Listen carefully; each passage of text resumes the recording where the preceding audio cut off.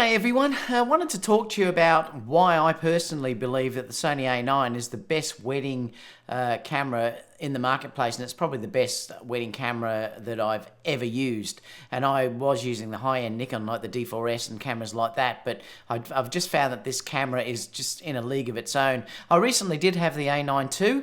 That is also incredible, and it does have some extra benefits from what the original A9 has. But if you look at the cost that you can get the A9 for at the moment, I believe the A9 is probably a better buy for most people, unless you're a sports shooter or something like that where you need to be using the networking features of the A9 II. But let's talk about the ergonomics and why I think this is just so amazing. And remember, I'm dealing with, say, shooting with the A7 III and the A7R II I've been using recently, and then also now the A9, and I've used this now for, well over 2 years. The extra buttons on this camera, particularly how you can control your AF focal points on the back, going from manual focus to AFC or AFS is really nice. And even how you can change for your bracketing timer, fast shutter speed and everything else on this is really great as well. So that's one great feature about using this camera. So the body itself, I think, is nicer. I do like the tactile feel of the buttons. I know you can do everything if you're using, say, the A7 III through the manual or through the buttons, through the back programming, etc. But I love to quickly be able to change these as I need them. And in fact, whenever I go back to my A7 III, I'm always looking for these extra dials because I love them so much.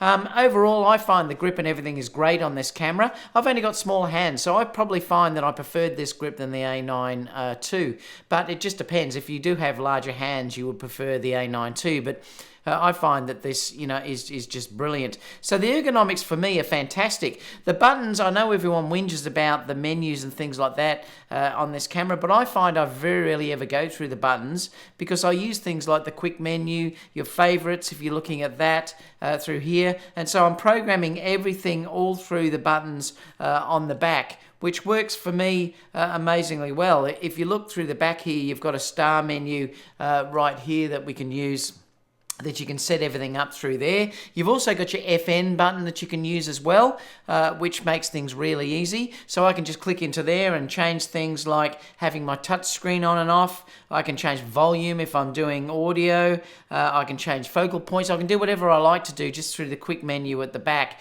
And it works out really great. So when people say that the menus aren't any good, I disagree with that. The touch interface could be better, yes. And the screen on the back could be better, yes. But if you're dealing with controlling the camera, I really don't believe there's an issue once you get used to it. It's like any camera. If I tried to shoot a Canon now, I'd have issues with the Canon system because I don't know it well enough. So I find the ergonomics are perfectly acceptable for this. So let's talk about the AF. Now, the AF, particularly since the version 6 firmware, or version 5 and version 6, have just been unbelievable. I mean, they were good before, but now with the real-time tracking, it really has changed the way that I shoot weddings. In fact, just having that ability to be able to lock on a bride walking down the aisle and know that it's not going to go and grab someone else is just unbelievable. And it really has made things a lot easier for me, and I just don't have to worry about those things anymore. And I'm often doing fun shoots where the grooms or bridesmaids are jumping and swinging around or whatever, and I know that once I lock on the groom or the bride, that it's going to lock on for them for that whole time and I'm not going to lose them. So that's a really great feature with how this works. And it never lets me down. It's sticky. It just holds onto the bride and groom or anyone that I'll click on. It will hold onto them. And if other people walk in front, etc., it doesn't lose them. And that also is a great feature. I can program in here the bride's face or the groom's face. I know you can do that with any of the Sony cameras or the A-series cameras and the new A6000 camera series, but it really is amazing how that works, and to be able to program that just helps as well. But I find the tracking, particularly in the A9 and the A9 II, there's just nothing out there that can beat it. It grabs the eye immediately when I press the eye autofocus button. It will lock onto it. If it loses that, it will then grab the face. If it misses that, it will then go onto the body. And it just works so well, and I just absolutely adore that feature about this camera. And like I said, I've never used anything that's quite like that before.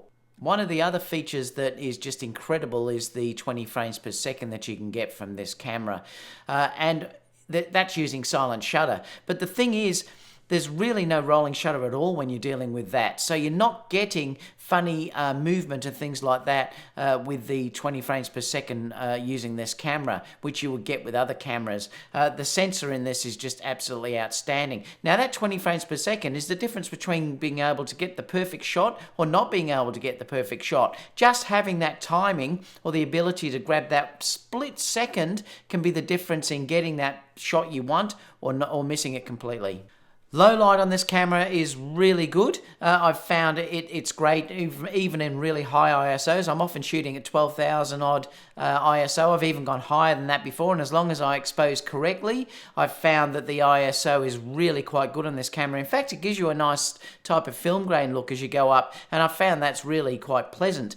Sometimes if it's really low light, I have had to use noise reduction in post, but you'd be amazed how good that will give you the results that I need. But I'm finding very rarely do I really need to use noise reduction. I might use a fraction if I do need it in Lightroom, but often I'm not even using it at all. As long as you expose correctly, and that's the point here, do not underexpose. Nail your exposure or go a fraction over. Remember, your noise will live in the shadows. So as long as you expose correctly, you're not going to have an issue with noise with this camera. The silent shutter is one of the other features on this camera that has been game changing.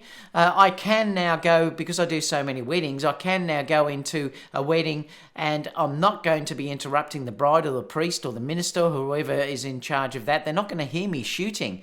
So that is one amazing thing. And I've never had banding show up in this camera at all. I may have been lucky, but it's never showed once. And I'm using multiple different type of lighting in some of these churches and halls. So I found that particularly is a real game changer in the fact that I can use it effectively. For instance, the A7 III, I would not dare use that on silent shutter. I'd use mechanical shutter, but with the A9, I use it all the time and it's never let me down.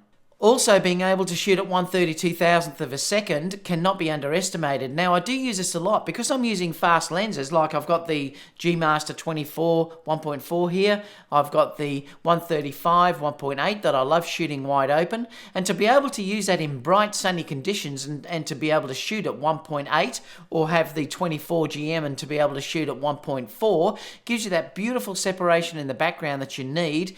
And, you know, having that ability to shoot where a normal camera is locked at 1/8000th of a second, having that ability to shoot at 1/32,000th of a second means you can occasionally get the shot, and that means a lot to me if I'm after that natural look. The camera itself is 24 megapixels, and I find that's probably the perfect resolution for weddings and events. You don't really need, well, I don't anyway, I don't really need high megapixel cameras for weddings. Due to the fact that I don't crop in very much at all, I'm nearly always shooting for the correct crop in the camera, and that's one thing about it. So I'm doing very little cropping in post, so I find that works fantastic for me. Since the new version 6 firmware as well, we also have got things like being able to change the color of the focus point, which also has made it much easier if you did have the issue in the previous versions where you couldn't see the color, which was just gray. Now you can change the color of that focus point, which is really helpful too when you can't see it in your exposures. The camera itself does have dual card slots. I know some camera manufacturers out there don't have that yet in the mirrorless cameras. That for me is a real bonus. In fact, I won't shoot a wedding without dual card slots. So that's a great feature with these cameras as well. The other amazing feature of this too is the battery. Now I'm very rarely going through two batteries. In fact, I often only change to the second battery near the end of the day. The batteries in these are that good. And I've found that really compared to the previous versions of the Sony cameras, that really has changed the way you shoot. In fact, I used to carry around 5 or 6 batteries. Now I'm only really taking 2. So I just wanted to share this with you to say that if you are thinking about getting what I believe is the ultimate, because I get asked this all the time, the ultimate wedding camera, or what would I recommend for weddings, I would recommend the A9, and I would recommend the A9 over the A9 II at this stage if you're just shooting weddings.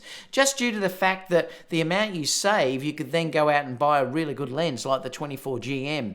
and that's something you need to consider. And like I said, I just think there's nothing out there at this stage, apart from the A9 II, there's nothing out there at this stage in the mirrorless world particularly that can match anything like what I can get from this camera. In fact, I very rarely put it down and grab the A7 II when I'm shooting weddings.